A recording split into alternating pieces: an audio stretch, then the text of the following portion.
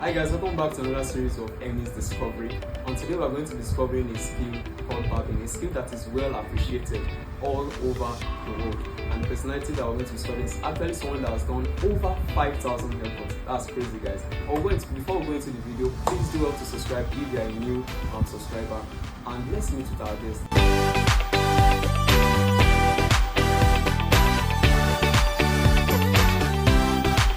Hi, Emmy Discovery.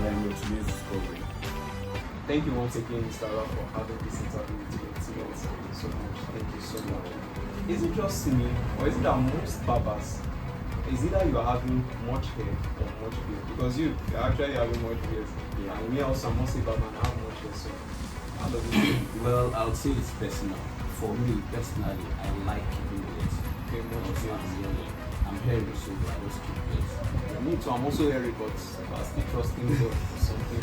Something to be done here. Of course, Okay, so let's get right into it. What brought you into barbing? You know how employment is in Nigeria. Yeah. So after school, I could not just sit down and do it. I had to engage myself with one thing or the other. So I just let me go into barbing. It's something good that's lucrative. Okay, so you say it's more like you had passion for it, so you just did it because you don't want to be held by sapa. Let's just put it like that. You wanted to escape that. Initially, I didn't want to be held down by sapa, like you said. Okay, but then along the line, I got to love the job. You meet different kinds of people, different characters. The funny ones, the ones that what I'm saying. Yeah, so many customers, and just with different approaches. Different people, different approaches. Yeah. And I just feel that the barbing world actually opens you to actually meet different people, to actually have this close connection and all of that. So you are a professional barber, obviously. So how long have you been in this industry? How long? Okay, give or take, let's say 3 years. 3 years. Yeah. 3 years, and that's actually massive. And I know you have had different experiences over the years. What's your approach to hard customers? You know that every business actually we have the good customer, we have the easy going, we have the hard customer. So what's your approach to each customer that walk into your salon? Well, people with their character, different upbringing, different environments. Okay. Yeah. So whenever I meet a hard customer, I always try to be friendly, to keep a friendly face with them, and most especially and very important, give them what they want. Give them like that. Give them what they want. Kind of like the main thing that draws them to actually come back. Yeah. So you have been in this business for quite a long time. As a professional barber, do you still make mistakes at this stage? Definitely, no one is above mistake. But as a professional, you know how to manage your mistakes. Always try to correct your mistakes in a way that it will not be so obvious. Yeah. Because social media, like upcoming barbers, seeing different reels or reports, you will not be like, and some barbers out there that have much influence, you don't actually place that, okay, you can actually make mistake as barbers. Some people just feel that there's no mistake or whatever. So for you, do you actually tell your students, like those that learn from you, like I actually make this mistake, I'm trying to work better on this, I'm trying to grow more on this, or excuse me. Yeah. While barbing, I'm still standing and learning. I make mistakes. I tell them that, okay, look at this. Can you point out the mistake? Some of them might get it, some might not. But I show them the mistake. I say, this is the mistake. Okay, so I will try to correct it, manage it, and show them that, okay, see, I have corrected the mistake. I have managed it. One of the things people actually complain about is actually keeping customers. Many businesses, they might start off well, but you find out that in the long run, they're actually losing grip of their customers. But you know, Mr. Ra, how do you hope for your customers to be loyal to you? Okay, like I said earlier, you give them what they want. Definitely. When you give them what they want, they will come back. Okay. Yes. And be friendly with them. Sometimes you might make mistakes, but then when the way you approach them about it, your manner of approach matters a lot in everything. That's not so. Give them what they want, and if you make a mistake, approach them politely, tell them about it, keep a friendly face and all that, definitely will come back. So giving them what they want kind of stands above maybe having a flashy salon, because we see these things. Many people might be drawn to the salon. Like, will you call giving them what they want like the center of it all? So if it's not actually the flashy salon, the flashy clippers and all that, it doesn't really matter if you can't give them what they want. If you cannot give them what they want, no matter how flashy the salon is, no matter how beautiful you make it, once they come and okay fine, you're not giving them what they want, they will leave. Trust me. That is capacity to keep them. Because of course they will not carry the salon on their head. True. Yes. So it is what you give them, they will carry on their head. And Effort is your personality, shows who you are. And it's kind of like advertising you. The efforts actually based on people, because behind you go be like, where did you get this effort from? Where did you get this effort from? And they will always to draw people back to you. You know that every business have like what you give. Like you have to say that like some people that are footballers, I can sacrifice anything for people, I can give this for people, I can do that. But you know, what is that precious thing that you have given? Like for barbing, like it came like I can give anything for barbing just to continue this image. Well, I would say it's my time. My time is precious to me. Like spending my time, but then I cannot spend my time even when I have customers to attend to.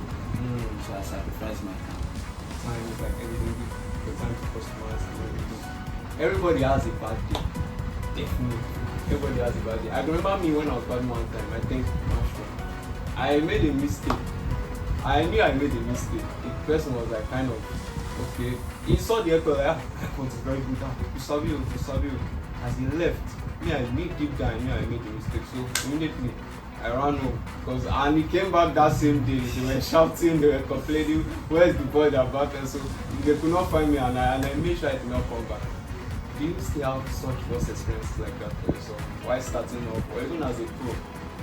As a professional, I have not had such experiences, but then why starting up? Yes. I could remember one time I did a child's report.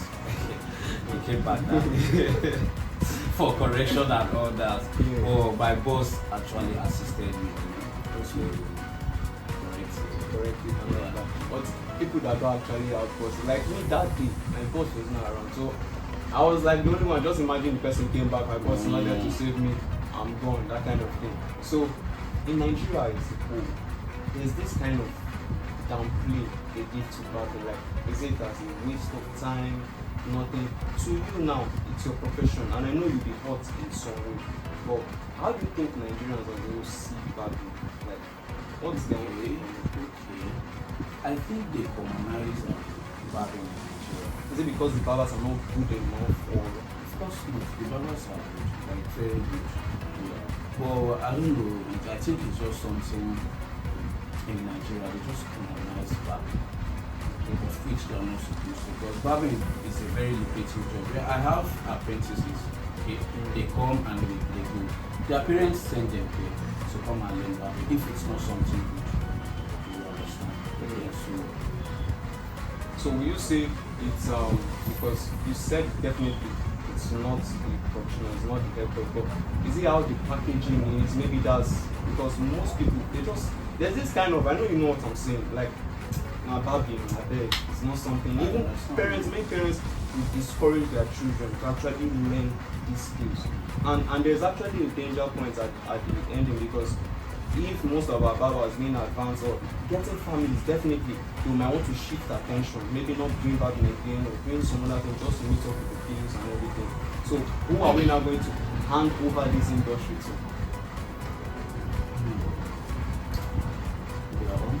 I cannot say, but let me start from the beginning. You mentioned something packaging. Yeah, I think it's about packaging. You know, when you package yourself, people will definitely want to come and patronize it. People will definitely want to learn that thing. Okay? So it's about packaging, first of all. Then secondly, the customers, I I don't know, they just find it difficult to pay good money for haircuts. Yeah, good money. Yeah. It's not. I have a lot of customers. So sometimes when they come for comparison, what is here? They just go their way. Like, How much is or what you say they do that kind do of you know that the same haircuts I do here is the same they do in ShopRite? But ShopRite is more expensive, and people go there to barb. So I think it still boils down to packaging. So you are saying something here very striking. So we know of recent, there are many factors that influence the increase of prices in salon. So what do you think are the factors to this for your own salon? Okay, for my own salon, first of all, I would say power. When I talk about power, I talk about electricity. Okay, we use fuel because there's no standby electricity here, like, so we use fuel generator most of the time. Okay, so power influences the hike in price or reduction in price. And when fuel goes up, we have to increase the price to meet up. You understand? Then secondly, packaging. Packaging. You know, packaging, when someone comes out, this place is a very fancy salon, I believe they'll be charging so and so amount in their head. You understand? They'll be charging like 3,000, 4,000 for your haircut. Okay. You get just because of the way you package it. Yeah. Okay, quick one. In most big salons, there is this kind of no argument when the customer is walking. Once the price is given, there is no like deliberation or trying to negotiate prices. But we see that mostly in small salons. Why do you think that's happening? But we can still see some small salons, like not really, we'll not say they are local, but at least they are up to a high standard. But still, there's still negotiation. Maybe it might be kind of see finish or something like that. So why is that? No, I will not say see finish totally. There is still part of it somehow, but I won't say that totally. But you know, some people might come like, okay, do this for me, let me become your customer and all that. Just try to keep the price down a bit. So just to keep that customer there, just have to do it. Okay, so the industry is actually a big one. So if there was something you are going to add or remove from the industry, barbing industry as a whole, what will it be? For me personally, I will remove wire clippers. It's a lot of stress trying that was what our fathers actually passed down to us. Yes, but then you have to go with the technology of the civilization. Yeah, that's so true. you have to go with it. It's a lot of stress dragging pulling the wire to. But I heard that wire clippers actually last more than the other one. I think it's maintenance. Everything is maintenance. I don't use wire clippers. I use rechargeable clippers. I use battery. And so far so good. They perform very well, and I've been using them for quite a long time. I've not had any issues. That's good. Recently, Mr. Ralph, there is this kind of like people are placing much value or much emphasis on when you actually finish your cut on the dye, like enhancement, and it's kind of like leaving the main part of giving actually a good haircut, even without any other makeover based on it. So why is that happening? Why is that happening? Okay, I believe some people are not confident with their hairline. Okay. So we help them increase it. Okay.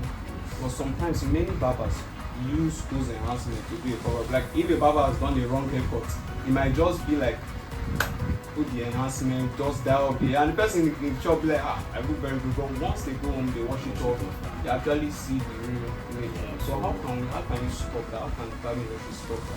If we're not having good teachers or the mentors This I don't think they can stop that, because I think it's just part of them now. When they make a mistake, they just do that to cover up everything. Well, trust me, that customer will not come back. So that's why it's very important to keep the customer quality. If it was not barbing, what other skill would you do?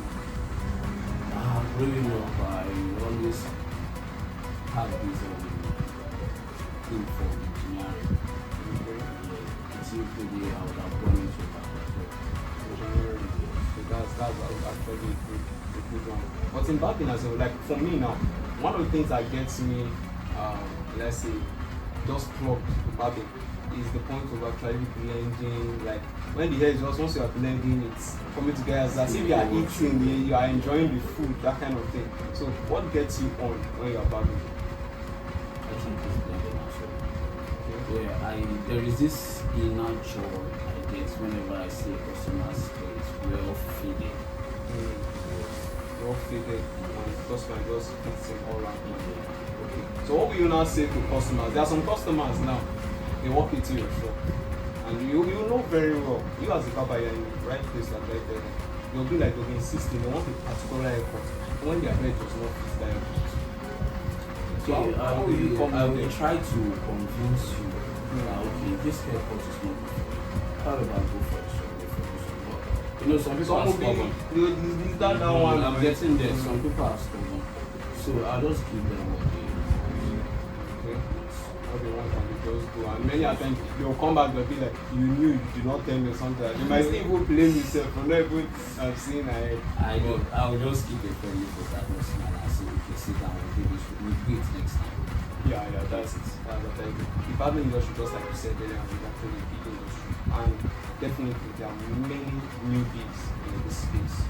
What would be your advice to them moving forward? Sorry, okay. I would say keep doing what you're doing. It's a very good one. It's a creative job. So just keep doing what you're doing. Try to get there, like be perfect. No one is perfect, yes, but then be very good at it. Don't get discouraged merely because of one thing or the other. You're saying this person is living a luxurious life and you are not just because you are learning something. So just keep doing what you're doing, don't be discouraged. Okay, just the last one before we let you go, Mr. Raf. You have been barbing over 3 years. Definitely, there's something that's actually kept you for this long. So what has that been? Has it been the motivation, the money? What has kept you so long in this industry? Okay, first of all, I would say it's the money. Then second, it's the passion for it. Like I said before, I went into it because of money, new employment after school and all that. So then, while at it, I developed passion for it. I loved it. I love it, not loved, because I still love it. Yeah, so that's what I do. Okay. I know I told you that was the last question, but I'm just led to ask you this. How many minutes will it take you to finish the haircut? What's the fastest haircut you've ever done? Well, the fastest haircut. I could remember one time I was about to close and I had a late customer. He came in with his 2 kids, like 3 of them. I just in past 10 or so. I finished 3 of them within minutes, yeah, and it was still 2:11 when I finished. Wow. So you done on that within like 30 minutes. Yes, 30 minutes are already